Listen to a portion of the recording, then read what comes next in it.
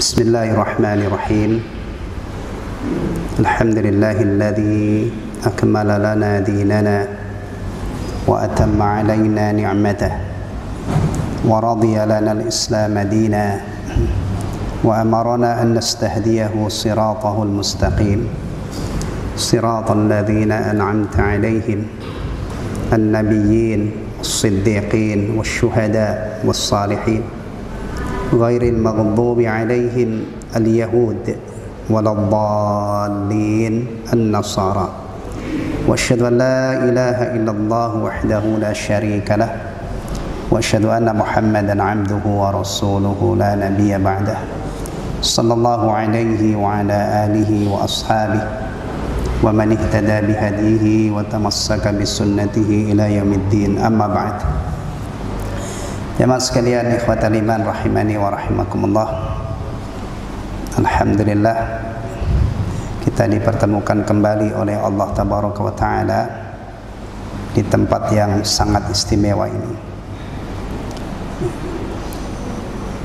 Ini pertemuan tidak terduga karena mestinya jadwal saya itu pekan kedua ya, dan kelima kalau ada. Tapi alhamdulillah kita dipertemukan, mudah-mudahan kita bisa melanjutkan materi yang sudah kita kaji yang sudah kita capai pada pertemuan yang lalu. Alhamdulillah pada pertemuan yang lalu kita telah selesai menelaah pembahasan tentang alaqatul malaikah bil bashar, hubungan para malaikat dengan manusia. Ternyata hubungannya sangat erat, bahkan kalau disimpulkan mulai kita masih di perut ibu kita, masih di dalam kandungan ya, sampai nanti ya ketemu para penjaga surga insyaallah, dan mudah-mudahan kita tidak ketemu dengan penjaga neraka. Jadi Masya Allah, luar biasa hubungan eratnya hubungan para malaikat dengan kita, dengan manusia. Ikhwatal iman rahimani wa rahimakumullah. Berikutnya kita akan telaah bersama, ini masih tentang al-iman bil malaikah ya, supaya tuntas, yaitu samratul iman bil malaikah. Ketika kita memiliki iman tentang malaikat, tentunya yang sahih, yang sesuai dengan Al-Quran dan Sunnah, tidak menyelisihi Al-Quran dan Sunnah, maka adanya iman yang terpatri, yang terikat kuat di dalam hati sanubari kita, iman kepada malaikat itu akan memunculkan sekian banyak buah ya, atau manfaat. Baik, saya merujuk penjelasan Syekh Ibnu Utsaimin rahimahullah dalam bab ini. Wal imanu bil malaikati yusmiru samaratin jalilatan minha, beriman kepada para malaikat akan membuahkan buah-buah yang agung, yang besar. Di antaranya ya, tapi perhatikan ya, ini adalah kalau iman kepada malaikat itu sahih imannya ya. Kalau imannya menyelisihi Al-Quran dan Sunnah, atau imannya tidak benar, tentu tidak akan memunculkan samarat, buah-buah atau manfaat-manfaat. Al-ula, yang pertama, al-ilmu bi'azamatillah, mengetahui tentang keagungan Allah. Tum perhatikan ya, kadang-kadang ada yang begini, ketika kita membahas al-iman bil malaikah, ya, ada tasaulat. Tasaulat itu ya lintasan-lintasan pertanyaan, ya. Kalau Allah Maha Kuasa, kenapa dunia ini tidak ditanganin aja sendiri? Harus menugaskan Jibril untuk urusan wahyu, untuk urusan mencatat takdir Allah tugaskan malaikat, untuk urusan rizki atau hujan, ya siapa itu? Mikail. Untuk urusan meniup sangkakala, siapa? Israfil. Ya. Kadang-kadang umat Islam itu udah gak kenal malaikat, ya. Ya. Tayyib. Urusan apalagi mencabut nyawa, ya, diserahkan malaikat. Kadang-kadang ada pertanyaan seperti itu. Ya. Tapi justru sebaliknya, ketika kita mengetahui Allah memiliki makhluk malaikat, jumlahnya banyak, semuanya tunduk dan patuh kepada Allah, tidak ada yang durhaka, ya. Ini menunjukkan, justru ini menunjukkan azamatullah, keagungan Allah Subhanahu wa taala, ya. Tayyib. Wa quwwatihi, dan kekuatannya, wa sultanihi, dan kekuasaannya. Fa inna azamatal makhluqi min azamatil khaliq. Karena kehebatan makhluk itu menunjukkan betapa hebatnya sang pencipta. Antum masih ingat, ya? Malaikat Jibril itu bentuk aslinya punya sayap berapa? Malaikat Jibril, yang dikabarkan oleh Rasulullah sallallahu alaihi wasallam, lahu sittumi'ati janah. Ya, Jibril itu memiliki sittumi'ah. Sittumi'ah itu berapa?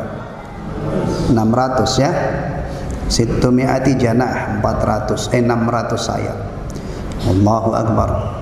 Itu gimana itu? Nah, dari situ juga sudah terlihat jelas azamatullah, qudratullah, ya kan? Keagungan Allah, kemahakuasaan Allah Subhanahu wa taala. Ya. Kalau makhluk yang bisa kita lihat itu yang paling banyak sayapnya berapa? Sayapnya berapa? 4. Apa? Kupu-kupu, capung 4. Ya, kalau unggas 2, ya. Malaikat Jibril memiliki 600. Gimana? Ya, antum tidak usah antum mikirkan 600 itu letaknya di mana, ya. Enggak usah. Dari situ kita bisa membayangkan betapa maha kuasanya Allah, bisa menciptakan makhluk yang segitu dahsyat penciptaannya, berarti menunjukkan dahsyatnya sang pencipta. Tayyib. As-saniyah, yang kedua, syukrullah ta'ala ala inayatihi bi bani Adam. Buah beriman kepada malaikat, ya, adalah bersyukur kepada Allah atas perhatiannya terhadap Bani Adam. Masya Allah, ya, kita ini ternyata bukan hanya diciptakan oleh Allah kemudian dilepas begitu saja, ya, tapi kita ini diurus oleh Allah Subhanahu wa taala, ya.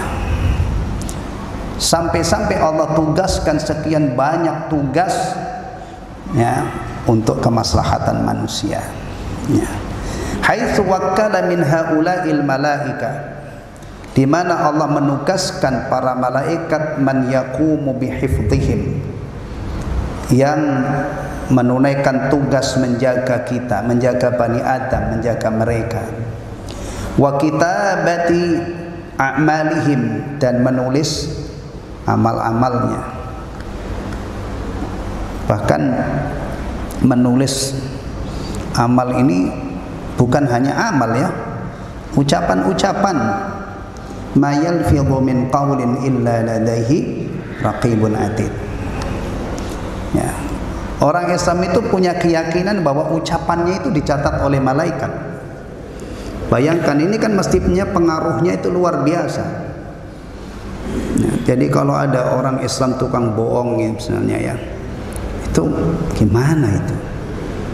Ya, semua orang di dunia ini dikasih lidah, bisa mengekspresikan isi hatinya. Mau maki-maki pemimpin pun bisa, maki-maki istrinya bisa, maki-maki orang tuanya pun bisa, bisa. Dengan lisan itu orang bisa apa saja. Tapi kalau orang muslim, dia beriman bahwa ucapannya itu dicatat oleh malaikat. Dan bukan hanya dicatat, berarti nanti akan dibawa menghadap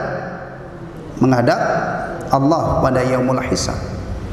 Antum bayangkan, mestinya orang Islam itu ya, orang yang paling bisa menjaga lisannya.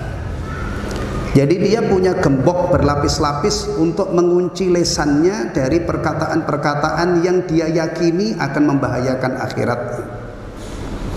Hati-hati loh, ucapan itu ada yang membahayakan akhirat kita. Dan dia punya semangat untuk mengucapkan kata-kata yang diridhoi oleh Allah Subhanahu wa taala. Lisan itu jangan terlalu lepas gitu ya, di los tanpa dipikir kalau berbicara, dan juga jangan dikunci terus. Di zaman jahiliyah itu ada ritual, ada ibadah diam sepanjang hari, dari bangun tidur sampai malam. Puasa ngomong, jadi bisu gitu, apa namanya, membisu. Kemudian di dalam Islam dilarang, diberangus ibadah model begini ini. Ya. Maka di kitab Riyadhus Shalihin itu ada bab larangan membisu atau diem sampai malam. Ternyata maksudnya adalah dulu di masa jahiliyah itu orang-orang ada yang beribadah itu dengan puasa ngomong. Bangun tidur sampai malam gak ngomong dia. Nah, kalau orang Islam gak ngomong sehari, ruginya berapa kerugian yang dia ini? Berarti nggak tasbih, nggak takbir, nggak tahlil, nggak dzikir, nggak ngomong apa, orang nggak mengucapkan salam, nggak menjawab salam, gimana itu? Nggak baca Quran. Makanya di dalam Islam dilarang. Ya. Dan di antara kalimat yang diperintahkan untuk diucapkan itu kalimat yang baik, yang membuat orang yang kita ajak bicara itu hatinya berbunga-bunga. Perhatikan ini, mestinya orang Islam itu orang yang paling pandai membahagiakan orang, paling pandai membuat orang gembira, senang, minimal dengan ucapan-ucapannya yang bagus. Suami, coba ya, suami itu kalau misalnya ke istrinya sebelum ngomong tuh dia pikir, dia pilihkan kata-kata yang bagus gitu ya. Meskipun istrinya mungkin nggak dibeliin gelang 1 kilo ya, 1 kilo. Tangan kanan setengah kilo, kiri setengah, keberatan itu. Tapi diperlakukan dengan Masya Allah, diperlakukan dengan baik, dengan tutur kata yang baik. Itu sudah betah nemenin suami yang begini ini. Sebaliknya ya, baliknya kalau istri itu Masya Allah pandai menggembirakan hati suaminya dengan ngomong yang bagus-bagus, itu menjadi istri yang sangat istimewa ya. Apalagi ibu ya, berbicara dengan orang tua kita itu langsung loh dibimbing oleh Allah. Saking mulianya orang tua kita itu, kita sebagai anak itu diberi panduan langsung, dibimbing langsung oleh Allah. Nah, wala taqul lahuma uff wala tanharhuma wa qul lahuma qawlan karima. Ya. Saya dengar ada seorang ulama yang berbicara begini. Kita ini sekarang lebih butuh belajar adab daripada ilmu. Camkan baik-baik. Karena kadang-kadang orang itu Masya Allah belajar ilmu, koleksi hafalannya Masya Allah, ayat ini, ayat ini, ayat ini, ayat ini, dalil ini, ya, hadis ini, tapi tidak beradab. Dan dari dulu memang salafus saleh itu mengatakan kita ini dulu, orang-orang dulu itu belajar adab dulu baru belajar ilmu. Kunna nata'allamul adab qabla al-ilm. Karena ilmu itu kalau ditampung orang yang tidak beradab, naudzubillah min dzalik. Pinter sih pinter iya. Nah, tapi kadang-kadang naudzubillah. Maka Imam Adz-Dzahabi mengatakan kesombongan yang paling buruk itu adalah muncul dari orang yang kesombongan yang paling buruk itu adalah sombong yang muncul dari orang berilmu.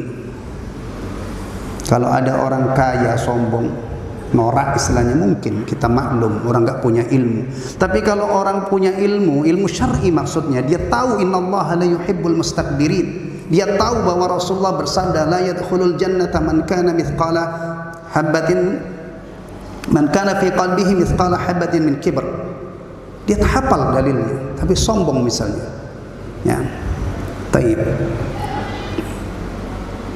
Lesannya kita dapat satu poin daripada al-iman bil malaikah yang seharusnya pengaruhnya besar banget dalam tindak tanduk kita, dalam tasarrufat, bahkan dalam aqwal, dalam ucapan kita. Kenapa? Malaikat mencatat seluruh aktivitas kita, dan malaikat juga mencatat seluruh ucapan-ucapan kita. Kalau kita beristighfar pasti ada catatannya. Maka ada ungkapan, beruntunglah orang yang di dalam catatan amalnya itu tercatat banyak sekali istighfar. Ada orang yang orang hikmah, ini orang bijak ya, menasihati kita, beristighfarlah kamu di mana saja kamu berada, karena tidak tahu istighfar mana yang mendatangkan ampunan. Jangan hanya selesai sholat, kadang-kadang mungkin di jalan ya, atau ibu-ibu mungkin di dapur melihat panci bergolak-golak gitu, ingat neraka, kemudian Masya Allah dia istighfar di dapur itu sampai merasuk ke dalam hatinya karena dia lihat air panas yang bergolak-golak. Neraka itu adab, neraka itu lebih panas daripada air di panci itu. Adapun sekarang ada orang-orang yang tidak takut neraka, nantang ya, biarin saya masuk neraka, saya mau ngadakan konser dengan artis-artis di sana. Hah?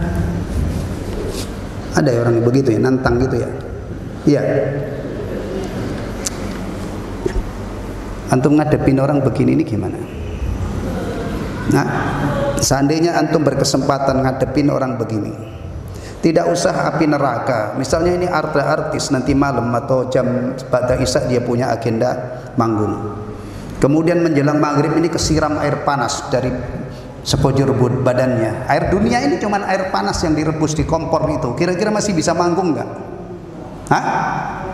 Dia sudah kelojotan itu. Ya. Itu cerminan orang-orang kalau itu diucapkan oleh orang Islam. Naudzubillah. Mudah-mudahan yang begini ini cepat bertaubat kepada Allah. Tapi kalau diucapkan oleh orang non muslim misalnya, ya itu urusan dia. Karena memang dari dulu juga banyak orang yang tidak percaya dengan adanya neraka. Tayyib. Wa ghairi dzalika min masalihihim, dan kemaslahatan yang lain yang kemarin sudah panjang lebar kita. Ats-tsalitsatu, buah yang ketiga, mahabbatul malaikah ala ma qamu bihi min ibadatillahi ta'ala. Kalau kita punya iman kepada malaikat yang sesuai Al-Quran dan Sunnah, di mana kita mengimani mereka itu hamba-hamba Allah yang mulia, ya, yang diberi kekuatan oleh Allah untuk taat, tidak pernah lelah, maka muncullah buah ini, mencintai malaikat karena ibadah yang mereka lakukan atau ibadah yang mereka tegakkan. Awas ya, menyalurkan cinta dan benci itu jangan ngawur, ada relnya. Mencintai karena Allah, membenci karena Allah. Nah ini turunannya banyak nih. Mencintai karena Allah itu berarti mencintai hamba-hamba Allah.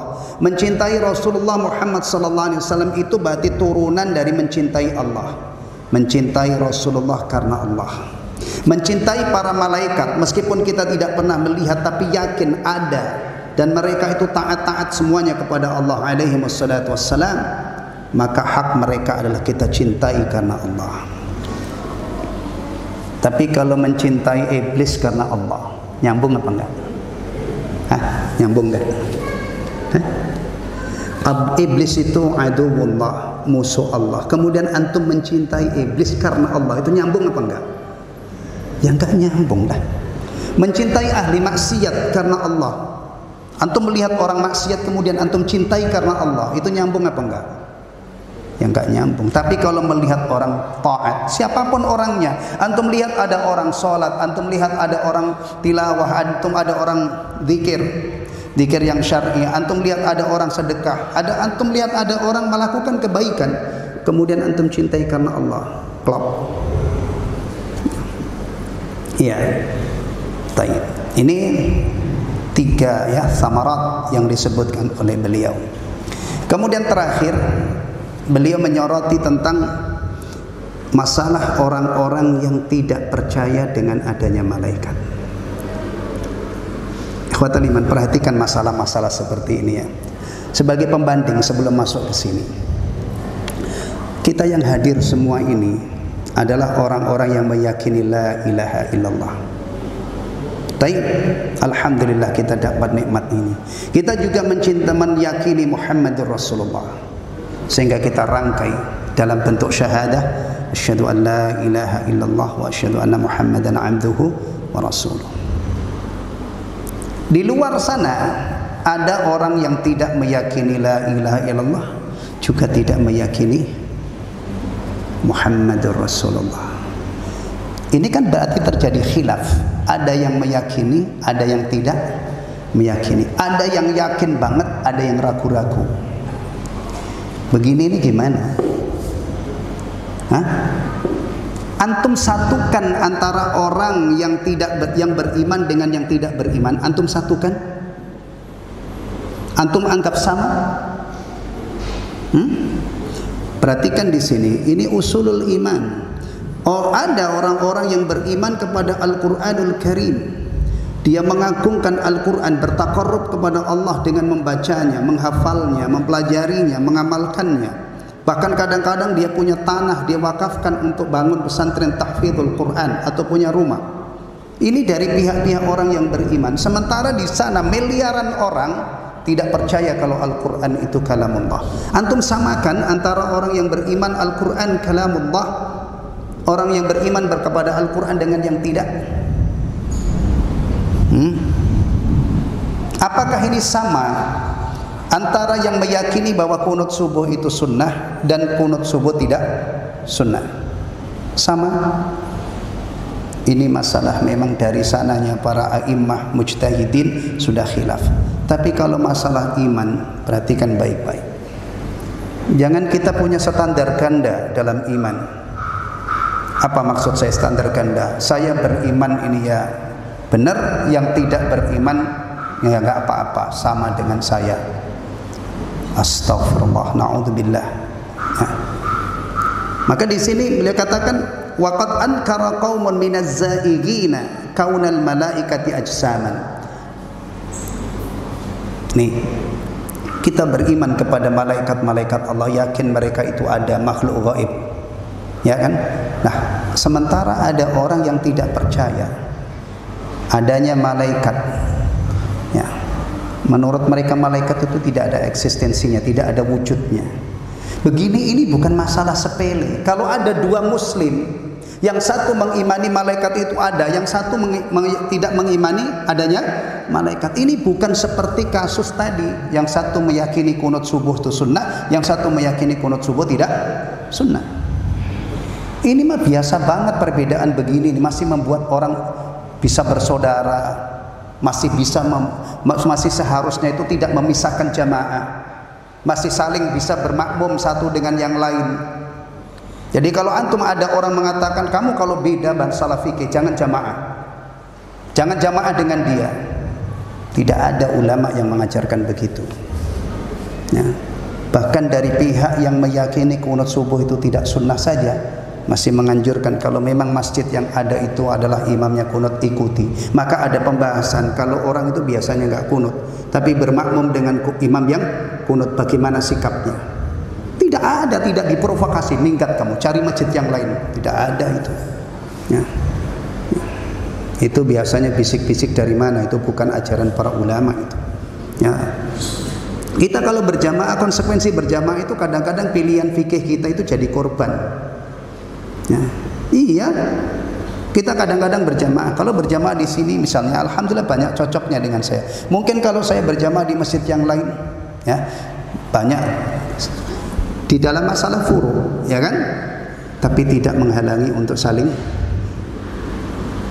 bersaudara, untuk saling berjamaah, untuk saling berlomba-lomba berbuat baik satu dengan yang lain. Tapi kalau masalah akidah, masalah usulul iman, ya, antum perhatikan redaksinya di sini. Waqad ankara qaumun minaz zaigin, dan sebagian kaum, ya, yang menyimpang ini agak halus.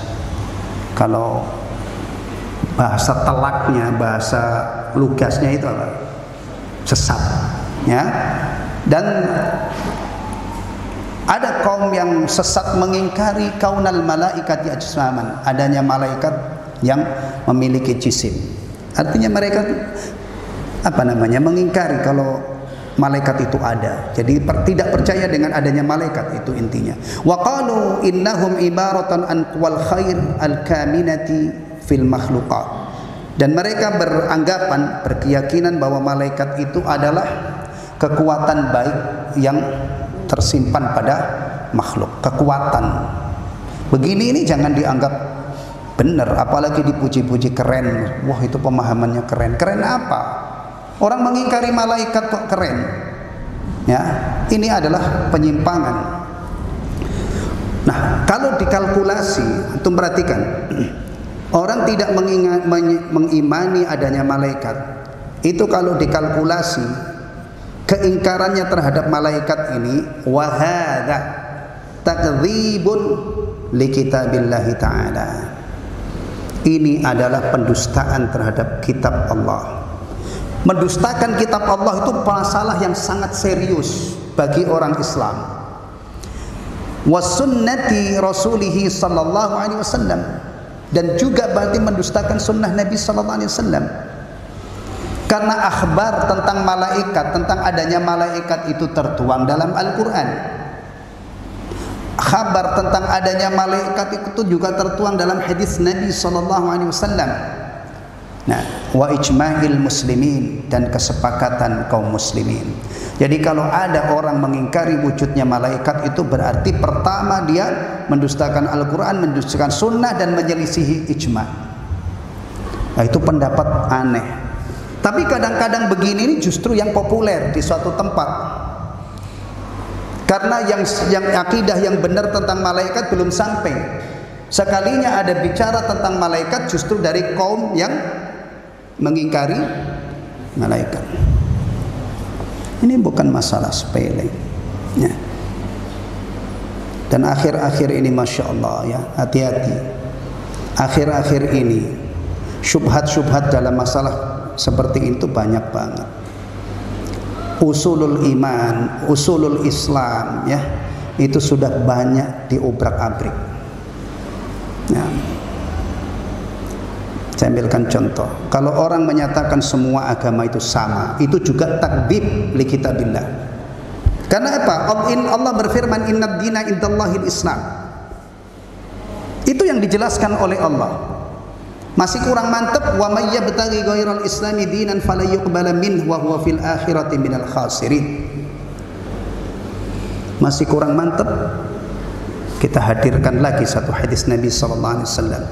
La yasma'u bi ahadun min hadhil ummah yahudiyyin aw nasrani thumma yamut wa lam yu'min billadhi ursiltu bihi illa kana min ahlin nar. Nah, maka orang perhatikan baik-baik tentang pentingnya berpegang teguh dengan Al-Quran dan Sunnah. Kalau seandainya semua agama sama, Allah pasti membiarkan hamba-hambanya mati dalam keadaan apapun, toh akhirnya bahagia. Tapi justru yang ada adalah wala tamutunna illa wa antum muslimun.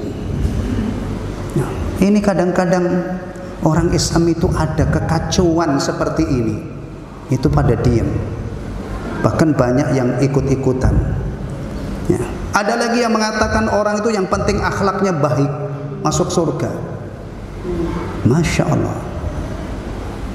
Padahal dalam agama kita ya, kunci surga itu bukan akhlak. Kunci surga itu tauhid, iman. Orang sebaik apapun akhlaknya di dunia, dia akan mendapatkan balasannya, bermanfaat akhlaknya itu. Tapi jangan kita katakan di akhirat dapat ganjaran yang besar kalau bukan orang beriman. Kalau orang beriman, iya, dengan modal akhlak yang mulia, dia bisa mengejar ketertinggalannya dari jalur ibadah. Muslim ibadahnya pas-pasan tapi akhlaknya bagus, punya potensi diangkat derajatnya oleh Allah menandingi ahlul ibadah. Ya. Coba. Tapi sepakat kalau kita bicara dunia itu memang butuh akhlak yang bagus. Tapi jangan katakan orang yang akhlaknya bagus masuk surga kalau dia bukan orang beriman.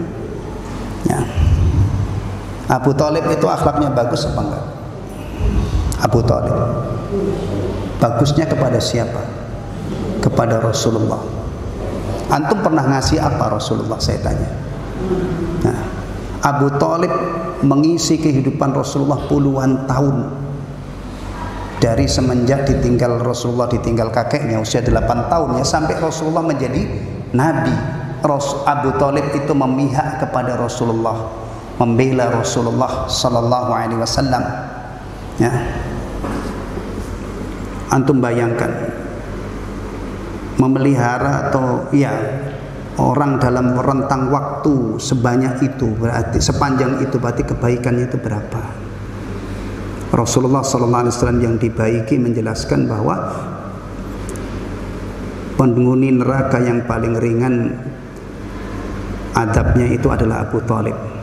Dia ada di permukaan neraka, otaknya mendidih. Paman Rasulullah sallallahu alaihi wasallam Al-Abbas itu pernah bertanya kepada Rasulullah sallallahu alaihi wasallam, apakah kamu tidak bisa memberi syafaat pamanmu? Pamanmu itu baik banget loh sama kamu, dia marah demi membela kamu. Rasulullah mengatakan kalau bukan karena syafaatku maka dia berada di dasar neraka, tapi karena syafaatku maka dia berada di permukaan neraka. Makanya kalau kita bicara syafaat, satu-satunya orang kafir yang mendapatkan syafaat itu adalah Abu Thalib. Itu pun syafaat Rasulullah tidak bisa mengentaskan dari neraka, cuman meringankannya. Ya. Tolong ikhwatal iman, antum belajar Islam jangan tinggi-tinggi jumruh, jangan sakofahnya masya Allah, politik, ekonomi dan lain-lain ya. Tapi mulai dari usulul iman, mulai dari usulul Islam. Kita ini sering ketinggalan, sering apa ya istilahnya, bahasanya apa ya, sering ya melupakan pokok-pokok ini. Maka kadang-kadang ada orang itu masya Allah dalam ilmu keduniaan itu dia gelarnya itu banyak banget, tapi hanya sekedar sholat ke masjid itu dia tidak ada di masjid. Padahal kalau urusan dunia itu mungkin masya Allah gelarnya itu sudah banyak banget yang dia raih, tapi sebagai seorang muslim kadang-kadang di masjid itu nggak ada. Ya. Apa yang kurang? Penghayatannya terhadap pokok-pokok agama Islam ini. Dan ingat ya, arkanul Islam itu madrasah semuanya. Wa aqimit. Kita mulai dari rukun yang pertama. La ilaha illallah Muhammadur Rasulullah. La ilaha illallah itu kalau sudah menjadi keyakinan kita, itu faedahnya berarti membebaskan kita dari penghambaan makhluk, hanya menjadi hamba sang pencipta makhluk. Kalau kita sudah meyakini Muhammadur Rasulullah, berarti Rasulullah itu menjadi panutan kita, tidak bias. Orang itu kadang-kadang mudah banget ngikutin orang lain. Tum ingat, kita ini muslim, kita bersaksi Muhammadur Rasulullah. Mestinya kita seluruh aktivitas kita ini kita sambungkan dengan Rasulullah. Apa yang Rasulullah ajarkan. Berarti orang itu kalau sudah mengakui Muhammad Rasulullah itu nggak punya panutan-panutan yang lain yang menyelisihi Rasulullah. Kalau toh dia mengikuti orang, itu orang yang mengantarkan dia kepada sunnah Rasulullah, mengikuti para ulama yang berpegang teguh dengan sunnah misalnya, ya kan? Berarti kan baik-baik. Salat itu kalau ditegakkan apa dalam Al-Quran? Wa aqimis shalah innas salata tanha anil fakhsya'i wal munkar. Fakhsya di zaman sekarang, munkarat di zaman sekarang itu luar biasa. Kalau kita benar-benar menekuni ibadah ini, tapi itu butuh waktu yang lama ya, jangan sehari antum langsung kepingin memetik buahnya. Antum jangan pernah tinggalkan sholat, dan juga terus tingkatkan kualitas sholat. Insya Allah kita punya imunitas terhadap fahsya dan mungkar ya. Kalau bicara imunitas itu bukan hanya dari berbagai macam penyakit atau virus corona ini. Kita itu harus menempa diri kita sampai apa istilahnya, ya nggak terlalu doyan maksiat lah gitu, sampai siap menjalankan perintah-perintah Allah dan siap menjauhi larangan-larangannya, bahkan targetnya maksimal. Maka kalau kita itu terlanjur berbuat maksiat, iman kita akan mengingatkan, cepat istighfar, cepat taubat ya. Apalagi setelah sholat apa biasanya kita menyebutnya? Sholat, zakat ya, zakat itu madrasah azimah, madrasah luar biasa untuk mengikis dan mengobati penyakit-penyakit yang terkait dengan harta. Penyakit yang terkait dengan harta itu akan menghancurkan masa depan kita di akhirat. Kalau ada orang Islam pelit, bakhil, apalagi dia sudah levelnya bayar zakat kemudian tidak bayar zakat, masa depannya mengerikan. Harta yang dia sayang-sayang, yang kadang-kadang mengangkat gengsinya gitu ya. Coba orang-orang kaya itu sekarang disebut apa? Bahasa sekarang untuk menyebut orang-orang kaya apa? Sultan. Sultan mah bebas, kan gitu kan? Jadi orang kaya itu sekarang mendapatkan apresiasi sultan. Aslinya sultan itu kan apa? Hah? Raja gitu kan? Raja, sultan ya. Masya Allah, dia terangkat, tapi hati-hati.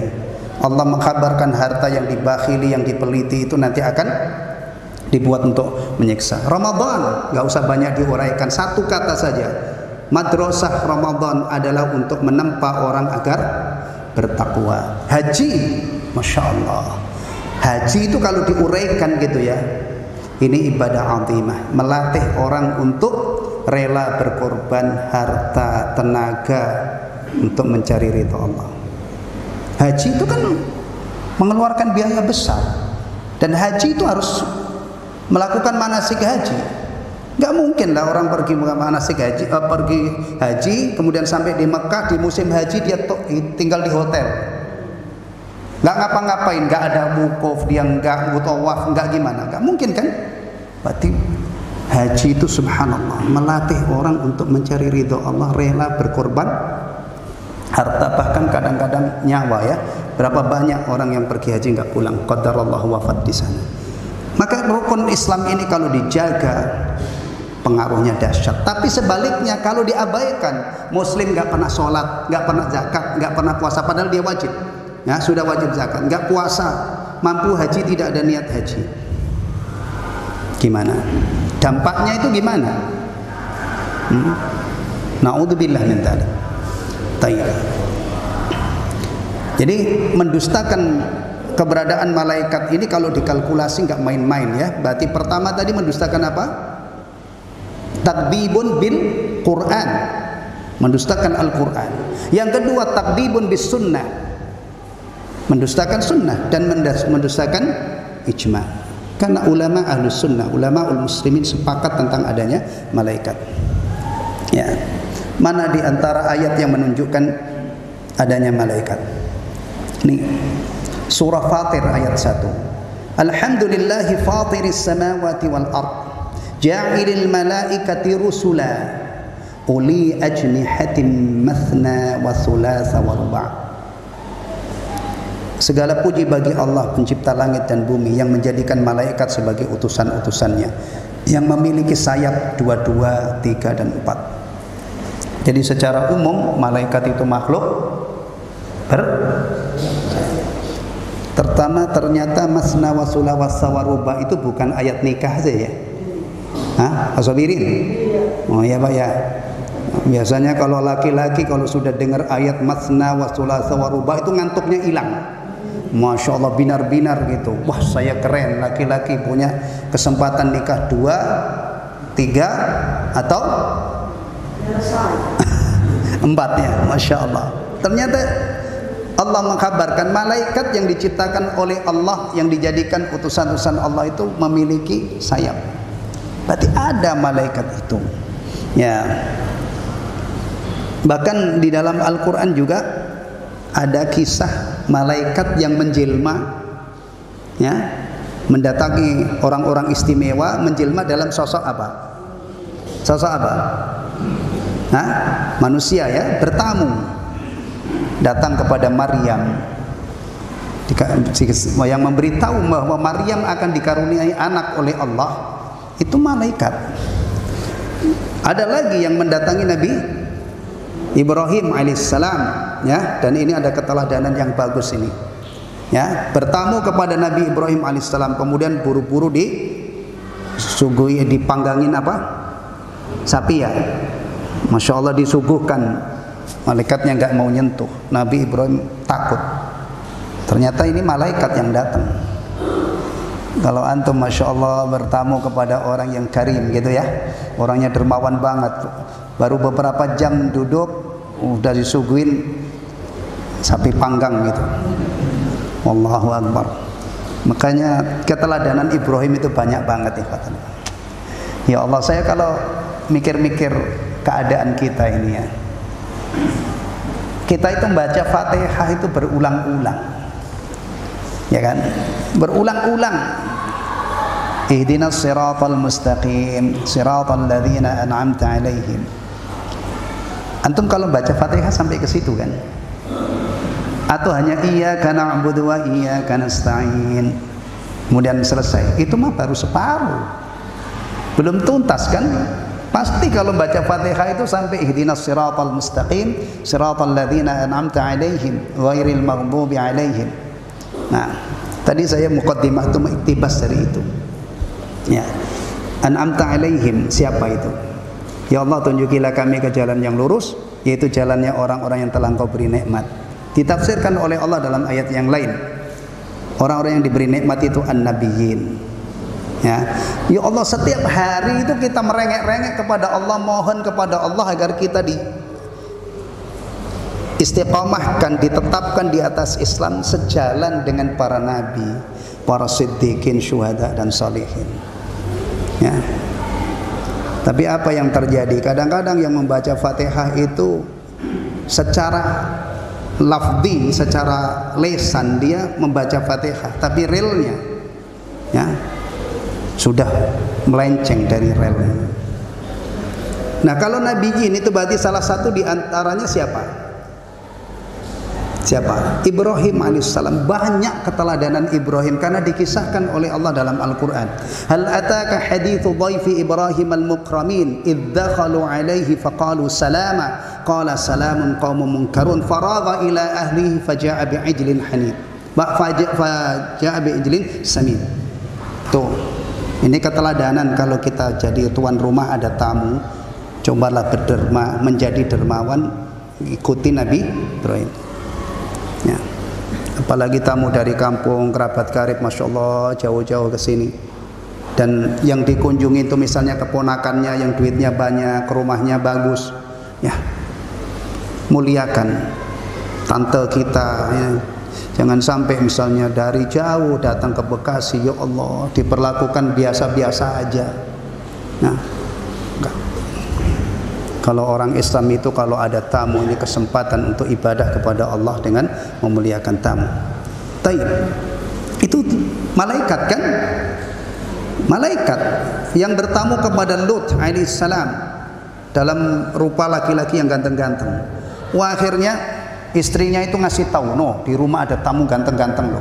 Kaumnya Nabi Lut kan kaum gila itu, yang punya kecenderung penyimpangan seksual yang belum pernah terjadi pada kaum sebelumnya. Wah, akhirnya Masya Allah diserbu itu, diganggu tamu-tamunya. Gak taunya itu juga malaikat. Nah, kalau tidak percaya dengan adanya malaikat, bagaimana dengan kisah-kisah tentang malaikat yang menjelma? Dan itu dikisahkan dalam kitab suci kita, bukan di koran, ya, bukan di media, tapi ini dalam kitab suci. Dalam sunnah, hadis yang masyhur, yang sangat populer namanya hadis Jibril. Jibril pernah datang kepada Rasulullah sallallahu alaihi wasallam dalam sosok jelmaannya itu. Nah, maka jangan menganggap remeh urusan-urusan keimanan. Artinya kalau ada orang imannya itu menyelisih Al-Quran, itu bukan masalah sepele, ya, bukan masalah sepele. Bahkan kalau kita berbicara masalah bid'ah gitu ya, bid'ah yang paling mengerikan, bid'ah yang paling parah itu juga bid'ah dalam masalah akidah. Ya, ada firqah mubtadi'ah yang sudah sangat terkenal, ada Jahmiyah, Rafidah, Khawarij, Mu'tazilah dan yang lain sebagainya. Itu mereka bid'ahnya adalah dalam masalah aqaid, dalam masalah akidah. Termasuk ada Qadariyah, ada Jabriyah yang bersinggungan dengan usulul iman yang sedang kita pelajari di bab-bab awal dari kitab Syu'abul Iman. Alhamdulillah selesai dari bab, saya cukupkan sampai di sini ya, tentang al-iman bil malaikah. Berarti insyaallah pertemuan yang akan datang kita akan lanjut cabang yang ke berapa itu? 4 ya. Insyaallah, yaitu al-iman bil Quran al-Karim dan kitab-kitab yang sebelumnya ya. Mudah-mudahan nanti kita dipertemukan lagi oleh Allah tabaraka wa taala. Alhamdulillahilladzi bi ni'matihi tatimmus shalihat. Subhanakallahumma wa bihamdika asyhadu an la ilaha illa anta astaghfiruka wa atubu ilaik. Wassalamualaikum warahmatullahi wabarakatuh.